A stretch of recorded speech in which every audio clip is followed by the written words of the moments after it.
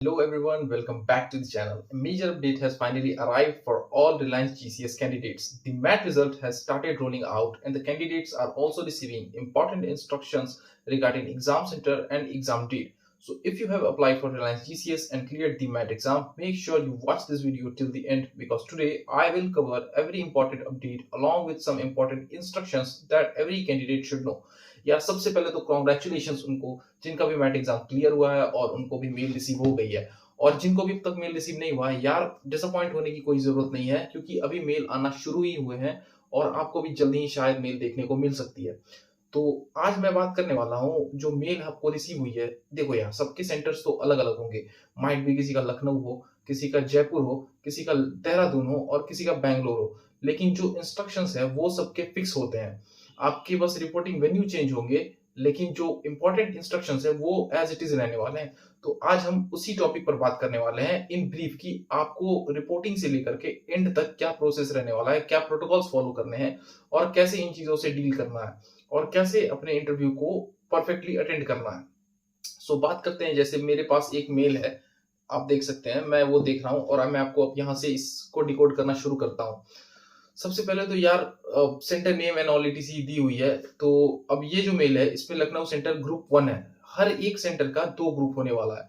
तो माइट भी आपको ग्रुप 1 अलॉट हो या ग्रुप 2 अलॉट हो, वो डजेंट मैटर। आप अपने उस वहां पे बेसिकली आपको वो एक गूगल लिंक और वो लिंक अटैच करके देने वाले हैं मैप का, गूगल मैप का, जिससे कि आप अपने उस लोकेशन को ट्रैक कर सकते हो।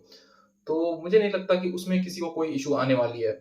अब बात की जाए तो अकोमोडेशन वो प्रोवाइड करेंगे। अब देखो मेल शुरू ऐसे है, रिपोर्टिंग डेट लाइक इसमें जो रिपोर्टिंग डेट है 26 में है और 26 में से रिपोर्टिंग डेट शुरू हो रही है लखनऊ के लिए और 31 मई को शायद जयपुर और देहरादून का भी वही सेंटर है, वही सेम डेट है। तो आपके इंटरव्यू डेट्स तो 26 से शुरू हो रहे हैं, ये तो कंफर्म है और आपको जो मेल रिसीव हुई है आप उसमें चेक भी कर सकते हो। देन अगर मैं बात करूं तो hotel and accommodation for all candidates is being arranged by the Reliance. देखो यार होटल एंड अकोमोडेशन जो है ना वो रिलायंस ही अपनी तरफ से अरेंज करती है और वो टॉप नॉच होता है, वो best best of the best होता है। तो आपको उस चीज की टेंशन लेने की जरूरत नहीं है। इवन जो आपका ट्रेन का फेयर है वो भी आपको रिलायंस रिफंड कर देती है। तो आप जो भी टिकट आपका जहां से भी आप जो ट्रेन को बोर्ड करोगे ना वहां से आपके उस सेंटर तक जो एक सिंगल टिकट बनता है, आप जिस भी मीडियम से जा रहे हो, whether it is a train और बस डजेंट मैटर, वो फेयर आपको रिलायंस कंपनी पे करने वाली है। तो अब इसे डिकोड करना अगर मैं शुरू करूं तो सबसे पहले तो रिपोर्टिंग डेट है। रिपोर्टिंग डेट 26 में और आपका चेंज हो सकता है, वो डिफरेंट हो सकता है, तो वो आप अपने अकॉर्डिंग देख सकते हो।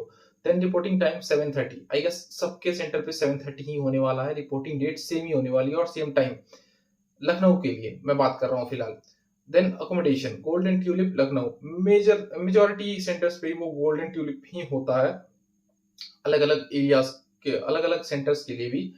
देन अगर मैं बात करूं तो प्रोसेस, सबसे पहले अगर आपका प्रोसेस शुरू होगा जब आप एंट्री कर जाओगे उस वेन्यू पे, तो उसके बाद आपको एक हॉल में बिठाया जाएगा। देन आपको वो इंस्ट्रक्शंस कुछ प्रोवाइड करेंगे, उसको फॉलो करना होगा आपको। देन फिर वो आपका प्रोसेस स्टार्ट कर देंगे। सबसे पहले वो आपका हाइट चेक करेंगे। अब यार यहाँ पे वो लोग समझ लो जिनकी हाइट कम है, यार मैं आपको पर्सनली बता रहा हूँ आप मत जाना। अगर आपकी हाइट 0.5 सेंटीमीटर भी कम है ना, इवन मैं आपको बताता हूँ अगर आपकी हाइट 160, अगर आप मेल हो और 167.5 हाइट क्राइटेरिया थी और आप 167 हो या 168 भी हो, देन मैं आपको सजेस्ट करूंगा आप मत ही जाओ, क्योंकि उनका मशीन कुछ ऐसा सेट रहता है कि वो एक आध इंच नीचे ही वो मेजर करते हैं। तो वो आपको हाइट आउट कर देंगे और हाइट आउट करेंगे तो फिर आपको उसमें कोई बेनिफिट नहीं मिलने वाला, आप सीधा बाहर जाओगे। तो आई गेस कि आपको समझ आ गया होगा हाइट कितना इंपॉर्टेंट है। सबसे पहले वही चेक होने वाला है, उसके बाद फर्दर वो कोई डॉक्यूमेंटेशन भी करने वाला है। देन वो आपका ओरिएंटेशन करेंगे। ओरिएंटेशन में वो आपको ब्रीफ करेंगे कि क्या क्या प्रोसेस रहने वाला है, क्या सिलेक्शन प्रोसेस है, क्या क्या स्टेप्स फॉलो होंगे और कैसे फर्दर जो भी सिलेक्शन प्रोसेस है वो आगे बढ़ने वाला है। उसमें आप अपने जो भी मन के डाउट्स है वो आप क्लियर कर सकते हो। एचआर से वहां पे आप क्वेश्चन पूछ सकते हो, जो भी आपको रिलेटेड क्वेश्चन है वहां पे वो आप क्लियर कर सकते हो। देन फिर आपका जो भी है वो डिनर एंड ऑल हो जाएगा और फिर वो आपको पूछेंगे कि आप फिर वो आपको नेक्स्ट डे के लिए या तो माइट भी आपका ग्रुप डिस्कशन सेम डे हो जाए या फिर वो आपका नेक्स्ट डे के लिए हो जाए। तो ग्रुप डिस्कशन अगर सेम डे होता है देन आपको ग्रुप डिस्कशन लेके फिर वो डिनर करा के आप फिर अपने अपने रूम पे या अकोमोडेशन पे चले जाओगे। या फिर अगर आपका ग्रुप डिस्कशन नेक्स्ट डे होता है, देन नेक्स्ट डे आपका ग्रुप डिस्कशन के बाद बच्चों को वो जो भी शॉर्टलिस्ट करेंगे, और जो बच्चे डिस्क्वालीफाई हो गए ग्रुप डिस्कशन में वो बाहर जाएंगे। देन जो बच्चे बचते हैं, लाइक 60-70% बच्चे उसी दिन बाहर हो जाते हैं। और देन जो बच्चे बचते हैं उनका साइकोमेट्रिक टेस्ट होगा। साइकोमेट्रिक टेस्ट के बाद आपका पर्सनल इंटरव्यू लिया जाएगा, जो कि एचआर इंटरव्यू भी होता है। वहां पे 2 एचआर होंगे और एक मिलिट्री रिटायर्ड मिलिट्री पर्सनल भी हो सकते हैं, लाइक कर्नल, ब्रिगेडियर, ऐसे ही। तो ये आपका एक पर्सनल इंटरव्यू लेने वाले हैं।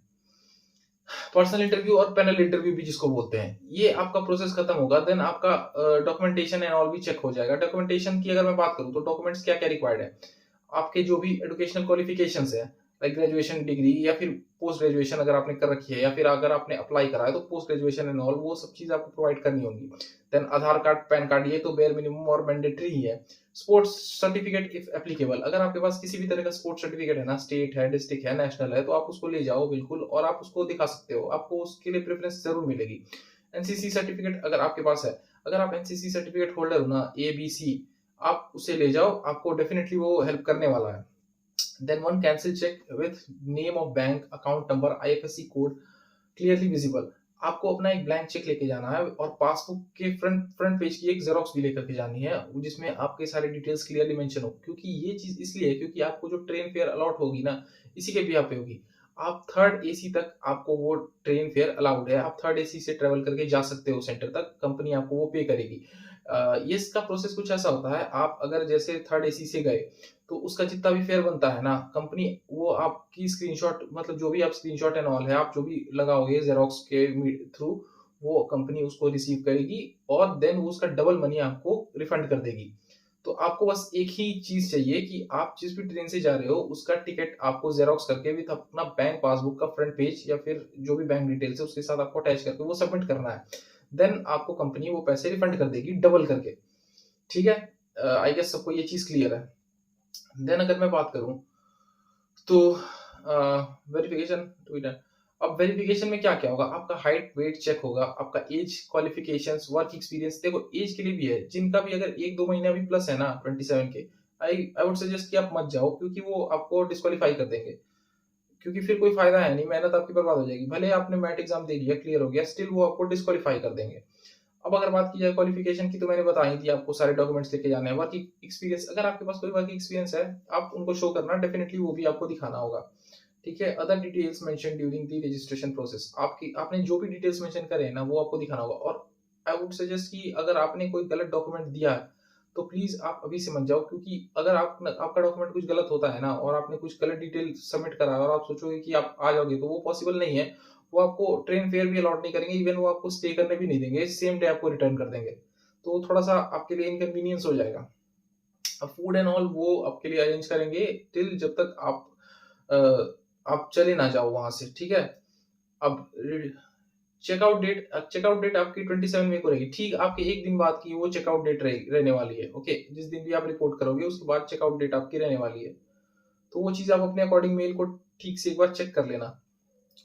अब अगर मैं आगे बात करूं सेक्शन सी, तो सेक्शन सी में फिर वही है, आपके ट्रेन फेयर वगैरह की चीजें मेंशन है, और आपको सॉफ्ट कॉपी और हार्ड कॉपी सबमिट करना होगा, अपने जो भी आईडी प्रूफ और डॉक्यूमेंटेशन है। बाकी यही चीज है, और ज्यादा कुछ इसमें मेंशन नहीं है। तो अब थोड़ा हम बात कर लेते हैं यार एग्जाम प्रोसेस की। मैट एग्जाम आपने देख लिया, मैट एग्जाम आपने दे लिया। मैट एग्जाम के बाद प्रोसेस कुछ ऐसा रहने वाला है कि यहाँ पे ग्रुप डिस्कशन होगा, देन आपका साइकोमेट्रिक टेस्ट, उसके बाद आपका एक पैनल इंटरव्यू, देन आपका एक प्रेसिडेंट इंटरव्यू जिसको फाइनल इंटरव्यू बोलते हैं। वो ज्यादा कुछ वैसा टफ नहीं होता। तो आपके लिए जो इनिशियल स्टेजेस है ना, उसको क्वालिफाई करना बहुत इंपॉर्टेंट है, क्योंकि अगर आप ग्रुप डिस्कशन में बाहर हो जाते हो, जो कि 70% बच्चे हो भी जाने वाले हैं, क्योंकि आपको पता है कि 12,000 बच्चों ने अप्लाई किया है इस बार, 12,000 प्लस ही है वो कैंडिडेट्स। तो काफी बच्चे इस बार ग्रुप डिस्कशन ही आउट होने वाले हैं, क्योंकि अप्रॉक्स 5-6,000 बच्चे तो मैट क्वालिफाई कर ही रहे हैं, हर दूसरा बंदा क्वालिफाई कर रहा है, क्योंकि क्वेश्चन इनके प्रीवियस ईयर वाले ही है, रिपीटेड क्वेश्चन ही थे, कुछ नया इन्होंने पूछा नहीं था। तो अब मेजर बच्चे ग्रुप डिस्कशन में बाहर हो जाएंगे, सीट्स लिमिटेड ही होती हैं, सीट काफी लिमिटेड है इनके पास। तो अब आप ही सोचो यार, उतने बच्चे क्या ही करेंगे वो लेकर के।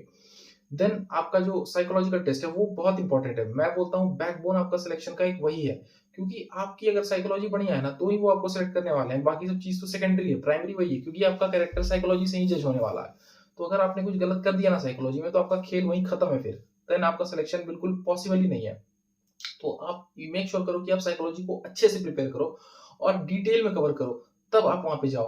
साइकोलॉजी के बाद जो आपका इंटरव्यू है, इंटरव्यू भी बहुत इंपॉर्टेंट है यार, क्योंकि वहाँ पे 1, 2 नहीं 3 से 4 लोग होंगे, 2 एचआर, एक रिटायर्ड मिलिट्री पर्सनल और काफ़ी लोग होंगे जो कि आपको इंटरव्यू लेने वाले हैं। तो थोड़ा-सा वो आपके लिए भी कॉन्फिडेंस का बात हो जाएगा अगर आप एक साथ इतने लोगों को आप फेस करोगे तो। तो आई वुड सजेस्ट कि आप मॉक इंटरव्यू ज़रूर देना, रियल इंटरव्यू में जाने से पहले। आप मॉक इंटरव्यू देते हो ना, तो उससे आपकी कॉन्फिडेंस बूस्ट होगी। आप उसके लिए अलग-अलग इंटरव्यू के क्वेश्चंस को भी प्रिपेयर कर सकते हो खुद से घर पे बैठ के, पेन और पेपर से। और अगर आपको लगता है कि आप ये खुद से नहीं कर पाओगे, तो आप हमसे कॉन्टैक्ट कर सकते हो। हम आपको मॉक इंटरव्यू के क्वेश्चंस तक प्रोवाइड कर देंगे, जिससे कि आप उसको प्रैक्टिस करके अपनी कॉन्फिडेंस को इंप्रूव कर पाओगे। देन अगर मैं बात करूँ पैनल इंटरव्यू, फिजिकल और फाइनल इंटरव्यू ना आपको अलग सेंटर पे बुला करके लिया जाएगा, जो कि आई सजेस्ट कि वो मुंबई ही होने वाला है, जहाँ तक मुझे पता है। क्योंकि वो कुछ बहुत लिमिटेड बच्चे बचते हैं जो लास्ट तक क्वालिफाई कर पाते हैं, तो उनको फिर मुंबई बुला करके वो आपका वहाँ पे फिजिकल, आपका फाइनल इंटरव्यू एंड मेडिकल वगैरह हो जाएगा। उसके बाद विद इन 1 मंथ आपकी जॉइनिंग भी हो जाएगी यहाँ पे। तो सिलेक्शन प्रोसेस काफी फास्ट होने वाला है, बहुत जल्दी ये लोग रैप अप कर देते हैं। तो मेक श्योर कि आप अपनी प्रिपरेशन को अच्छा से करें, क्योंकि यार देखो 1 महीने का पुश और फिर क्या आपकी लाइफ सेट हो जाने वाली है। तो क्यों ना आप वो 1 महीने को खुद को काफ़ी पुश कर लो, ताकि आप कुछ अच्छा कर पाओ लाइफ में। तो इतना ही है गाइस, अब मैं क्या ही बताऊँ, इससे ज़्यादा तो कुछ होने नहीं वाला। तो अब अगर आपको ये वीडियो, हाँ, इससे भी पहले अगर आपको लगता है कि आपसे ये प्रिपरेशन नहीं हो पा रही है, थोड़ा-सा डिफिकल्ट है, आपको गाइडेंस की नीड है, तब आप दिए गए नंबर पे कॉन्टैक्ट कर सकते हो। हम आपको वो गाइडेंस प्रोवाइड करेंगे, जिससे कि आपका ये इंटरव्यू बहुत स्मूथली क्लियर हो जाने वाला है। और अगर आपको किसी भी चीज़ की दिक्कत हो, आप इस नंबर पे बेझिझक फ़ोन कर सकते हो। हम फ्री ऑफ कॉस्ट आपको हेल्प भी करने को रेडी हैं। कोई इसमें हमारे लिए इश्यू की बात नहीं है। अब अगर आपको ये वीडियो हेल्पफुल लगी हो, तो आप इस वीडियो को लाइक करना, चैनल को सब्सक्राइब करना और बेल आइकन को प्रेस ज़रूर करना, ताकि आपको हर नोटिफ़िकेशन टाइम पर मिले। और अगर आपको रिलायंस जीसीएस से रिलेटेड और अपडेट्स चाहिए, तो आप हमारे चैनल को सब्सक्राइब जरूर करो, क्योंकि अब हम एक सीरीज लाने वाले हैं पर्सनल इंटरव्यू साइकोलॉजी ईटीसी पे, जिससे कि आपका बेसिक्स क्लियर हो, जो अगर आप किसी बैच में इनरोल नहीं भी हो, तो भी आप इसको इजीली क्लियर कर पाओ। तो मिलते हैं नेक्स्ट इंफॉर्मेटिव वीडियो तक। टिल देन, थैंक यू, जय हिंद।